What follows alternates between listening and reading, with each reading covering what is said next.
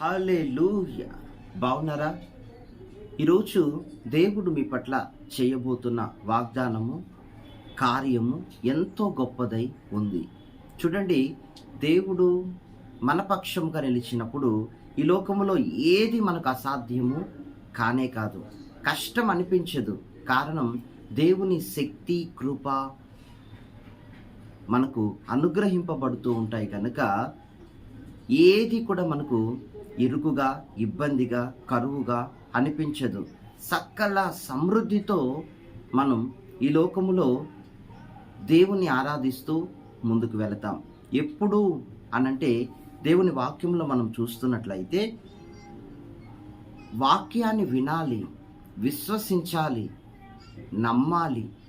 ఆ తర్వాత స్వతంత్రించుకునే ఆసక్తి మనకు ఉండాలి. ఈ మాట నాదే, ఈ వాగ్దానము నాకే అని ప్రార్థన మనకు ఉండాలి. అప్పుడు దేవుడు సర్వశక్తి గల దేవుడు గనుక మన పట్ల ఏదైనా ఆయన నెరవేర్చుటకు శక్తి కలిగిన వాడు. కీర్తనలు 66వ అధ్యాయం 12వ వచనంలో మీరు చూస్తున్నట్లయితే, మేము నిప్పులలోని నీళ్లల్లోనూ పడితిమి, అయినను నీవు సమృద్ధి గల చోటుకు మమ్మును రప్పించితివి. అవును ప్రియ సహోదర, సహోదరి, మన జీవితము సకల సమృద్ధితో, సమృద్ధి గల ఫలాలతో మనము నింపబడాలి, తృప్తిగా ఉండాలి అని అంటే, నిశ్చయముగా ఇది ఈ లోకములో సాధ్యపడే విషయం కాదు. కానీ దేవునిలో ఉన్న ప్రత్యేకమైన అనుభవం, దేవునితో మనం ముడివేయబడి దేవునికి మనలను మనం సమర్పించుకుంటే చాలు, దేవుడు మన పట్ల దీనిని జరిగించబోతున్నాడు. సకల సమృద్ధితో ఆయన మనలను నింపబోతున్నాడు.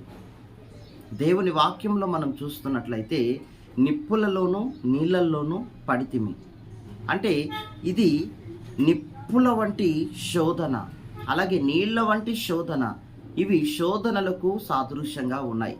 భక్తుడు సెలవిస్తున్నాడు, అయ్యా మేము నిప్పులలోనూ నీళ్ళలోనూ గత దినాలలో, గత సంవత్సరాల్లో పడ్డాము.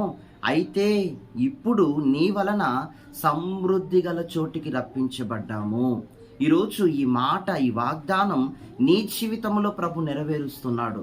గత సంవత్సరాల్లో ఇరుకు, ఇబ్బంది, గత దినాలు నిన్నటి వరకు, ఇదిగో ఈ క్షణం వరకు ఇరుకు, అప్పుల బాధ, ఒత్తిడి, వేదన, కన్నీరు తప్ప మరేం లేదు కదా. అయితే వీటన్నిటిని దేవుడు పారదోలి, మీ దుఃఖ దినములు ఇక ముగించబడ్డాయి అన్నట్లు దేవుడు వీటన్నిటిని పారదోలి మీ జీవితంలోకి ఏం తేబోతున్నాడట? దేవుడు సమృద్ధి కలిగిన దినములను, సంతోషము కలిగిన దినములను, సమాధానము కలిగిన దినములను ఆయన మీకు రప్పించబోతున్నాడట. తీసుకొని వచ్చి ఉన్నాడట ఈ వాగ్దానం ద్వారా. మీరు ఈ వాగ్దానాన్ని బట్టి చెయ్యి పెట్టి మీరు ప్రార్థించుకుంటే వీటిని మీరు స్వతంత్రించుకుంటారు. హల్లెలూయా. నిన్నటి వరకు ఇరుకు, అరణ్యము వంటి పరిస్థితులు, ఎండిన అనుభవాలు, కరువు, ఇది లేదు, అది లేదు, అది ఎలా, ఇది ఎలా అనే భయం, ఆందోళన కదా. అయితే ఇప్పుడు ప్రభు మీతో వాగ్దానం చేస్తున్నాడు, సకల సమృద్ధిని నేను మీ కుటుంబాలకు తేబోతున్నాను. హల్లెలూయా. మీ ఆశీర్వాదాలన్నీ మార్చబోతున్నాను. గొప్ప ఆశీర్వాదాలతో మిమ్మల్ని ముందుకు తీసుకొని వెళతాను.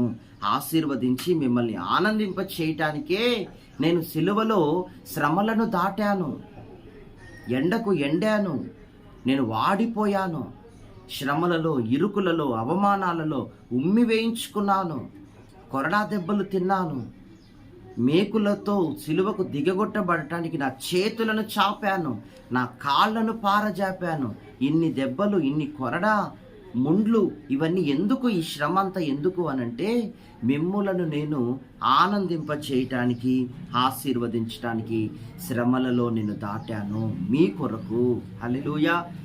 చాలామంది అంటూ ఉంటారు, మేము గత సంవత్సరంలో, గత దినాల్లో చాలా పెద్ద పోరాటము దాటాము, చాలా ఒక ప్రళయము దాటాము, భయానకమైన సమస్య నుండి మేము బయటకి రాగలిగాము దేవుని కృపను బట్టి అంటూ ఉంటారు.